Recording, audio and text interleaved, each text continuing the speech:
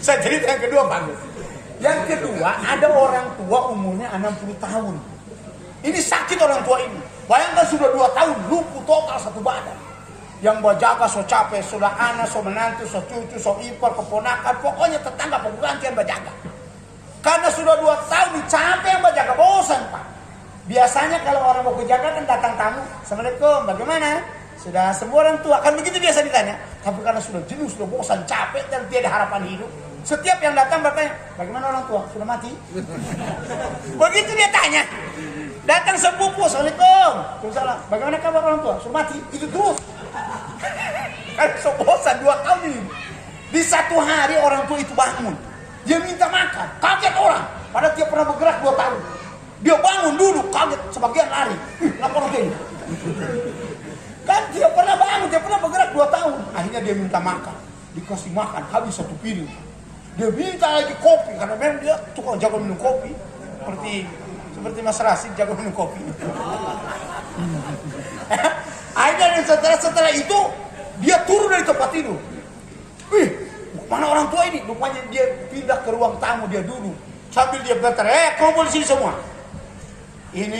Saya ini mungkin tidak lama saya ini mau mati saya ini. Jangan begitu bicara orang tua. Orang tua selesai sekarang. Iya, tapi saya mau mati. Begini, kalau saya mati nanti, jangan kalian kubur di Pogego sana terlalu jauh.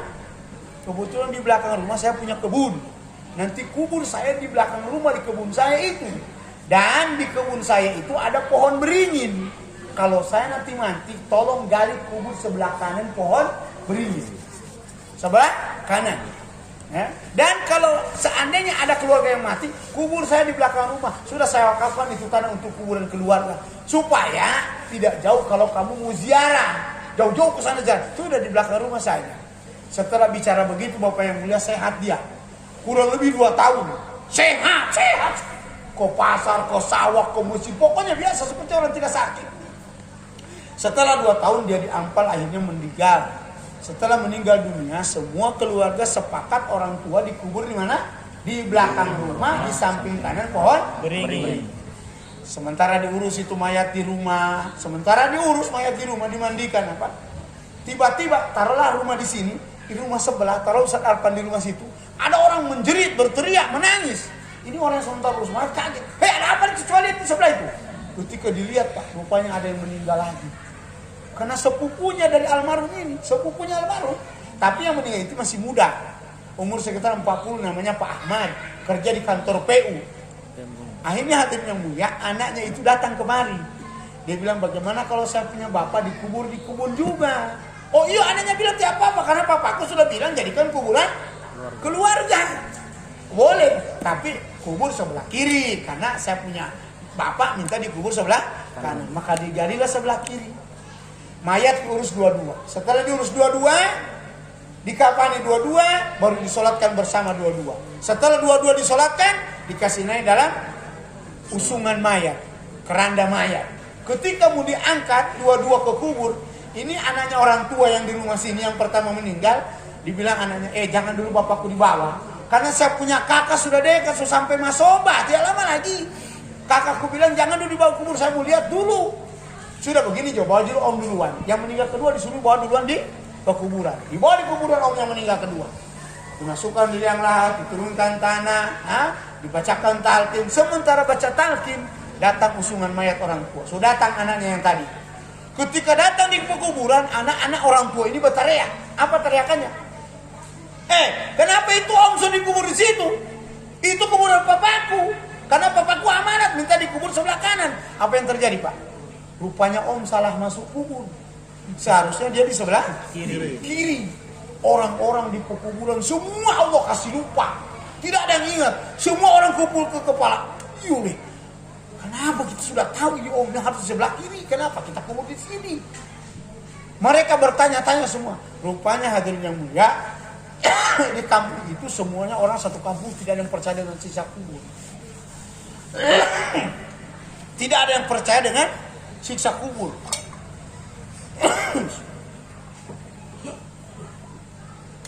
Akhirnya hadirin yang mulia, satu kampung katakan orang dikubur semuanya senang. Apa buktinya? Dia dikubur tiada kembali. Kalau dia disiksa pasti pulang lari dia. bisa dikubur, dia bilang. Apa yang terjadi? Ya, setelah itu semua kedua keluarga bertahan. Dia bilang itu anaknya kubur di situ Jo, itu orang tua. Jangan gali lagi. Di situ Jo, gali lagi. Situ saja kecoba gali lagi. Tidak ada yang terima. Akhirnya Pak Imam bilang sudah begini saja, kita musyawarah sama-sama, nanti kita putuskan bersama. Tapi kalau diputuskan harus terima. Semua sepakat. Begini dibilang Pak Imam. Karena paham saya dalam agama Islam, kalau ada yang namanya amanat, selama masih dilaksanakan, bisa dilaksanakan, harus dilaksanakan itu amanat itu. Kecuali tidak bisa, ini kan mudah digali lagi. Maka sekarang gali lagi. Keputusan Pak Imam. Maka mayat tadi, siapa? Pak Ahmad tadi digali lagi. Setelah keluar semua tanah, pas dibuka itu papan satu dinding arinya, yang gali kubur semua loncat ke atas. Orang bertanya, kenapa? Belum selesai tugas sudah lari semua.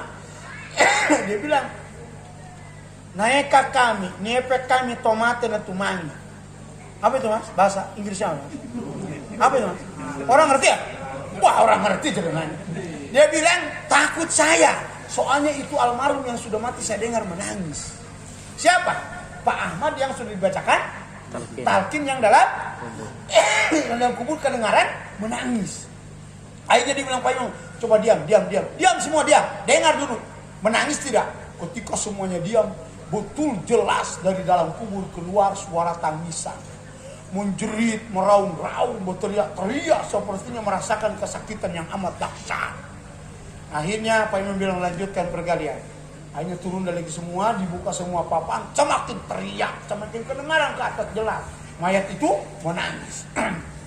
Setelah itu mayat tadi diangkat, bukan dipindah di lubang sebelah, karena dia menangis. Kalau menangis otomatis hidup. Tidak mungkin orang hidup di kubur. Jadi dikasih naik lagi dalam keranda mayat. Singkat cerita, orang tua tadi dikuburlah di situ. Diturunkan tanah, diselesaikan, disiram bunga, disiram air, baru dibacakan talqin. Sementara selesai baca talqin begitu, ini mayat menangis terus yang diangkat tadi itu, menjerit terus dalam kusungan ini, teriak terus, sepertinya merasakan kesakitan yang amat dahsyat. Selesai talqin, maka mereka pulang semua dengan membawa mayat yang menangis tadi. Otomatis orang menangis pasti hidup, tidak mungkin kan dikubur. Akhirnya pulang geger satu kampung. Mayat hidup lagi. Setelah tiba di rumah, semua orang belum ada yang pulang karena penasaran mau tahu apa yang terjadi. Setelah datang di rumah, Pak Imam bilang, siapa keluarga dekatnya? Istrinya maju. Pak Imam, saya istrinya. Saya kurang lebih 20 tahun saya dampingi ini suami. Saya Pak Imam tidak tahu. Pak Imam bilang, saya mau tanya kepada kamu istrinya, apa dosa suamimu ini? Mungkin suamimu ini disiksa ini seperti yang menjerit, seperti merasakan kesakitan yang amat dahsyat ini suamimu. Apa dosanya? Dibilang istrinya, saya tidak tahu. Saya tidak tahu pun. Karena suamiku tidak pernah berjudi, berzina, teler, mabuk-mabuk, sabu-sabu, obat-obatan. Tidak pernah. Bahkan suamiku main domino pun tidak tahu dia. Suamiku di kampung ini pun tidak pernah punya musuh. Bahkan Pak Imam, saya ini istrinya. Saya tahu suamiku tidak pernah tinggal sholat. 5 waktu tidak pernah tinggal sholat Pak Imam. Pak Imam heran, apa dosa suamimu ini kalau begitu? Akhirnya kain kapan dibuka pelan-pelan. Kain kapan kelihatan utuh Pak. Baru dibuka pelan-pelan dari atas. Ketika dibuka, jidatnya sudah robek. Sudah tak kupas, sudah berlumuran darah. Dibuka lagi sedikit, matanya dua-dua sudah pecah.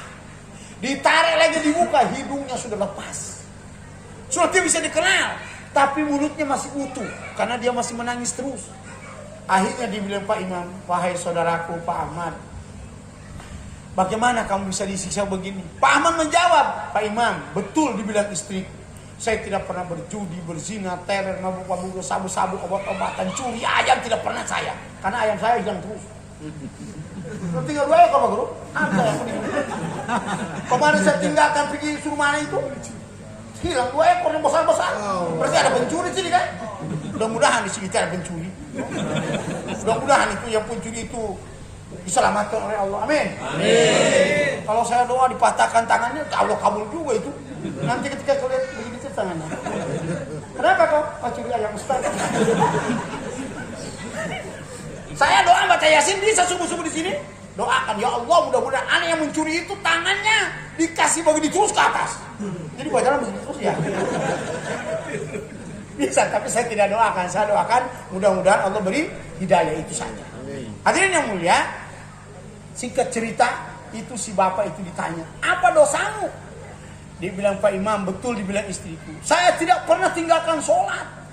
Saya tidak pernah tinggalkan 5 waktu, saya sholat terus Pak Imam. Terus apa dosamu? Ada satu dosaku Pak Imam. Tolong Pak Imam kasih tahu semua orang yang kumpul sekarang di masjid di rumahku ini, kasih tahu semua. Jangan ada yang mencontoh apa yang aku lakukan. Dia bilang, Pak Imam, yuk apa dosamu Pak Imam? Seandainya Pak Imam ketemu dengan siapa saja, di mana saja, kasih tahu. Jangan mengikuti apa yang aku lakukan. Iya, nanti saya kasih tahu, yuk apa dosamu? Anu Pak Imam, saya kira yang saya lakukan ini tidak berdosa. Rupanya Allah marah yang saya lakukan ini. Apa itu? Saya penyakitku selalu menunda-nunda sholat. Hanya itu saja. Menunda-nunda sholat. Bukan tidak sholat, sholat dia. Duhur nanti jam 2, kadang-kala setengah 3 baru sholat. Asar, sedekat maghrib saya baru sholat. Isya orang setengah 8, saya nanti mau tidur baru sholat. Orang subuh di masjid jam 5, saya jam 6 di rumah. Itu yang saya lakukan. Saya sholat terus tiap pernah tinggal. Rupanya hadirin yang mulia menggeser waktu sholat. Dalam kitab taklim dikatakan, bahasanya minal kabair, termasuk dosa besar. Kenapa? Sahabat tanya sama Rasul, ayyul a'mal afdal ya Rasul? Amal apa yang paling afdal? Rasul bilang, as-sholat ala awali waktiha. Sholat di awal waktu. Dur, kalau Sunda itu durcir, itu bahasa Sunda. Ketika duk berbunyi, beduk, dur, langsung lari ke masjid. Itu begitu kalau bahasa Sunda. Ya, jangan ditunda. Ini hadirin yang mulia, saya tidak mengancam bapak-bapak sekalian, hanya sekedar menakut-nakuti saja. Ini penceramah ini kan yang menakut-nakuti, Mas.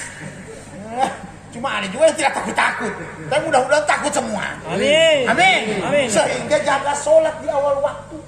Untuk membuktikan bahasa saya, tolong nanti bapak besok ada waktu di rumah, ambil Quran. Buka surat yang paling pendek. Surat apa?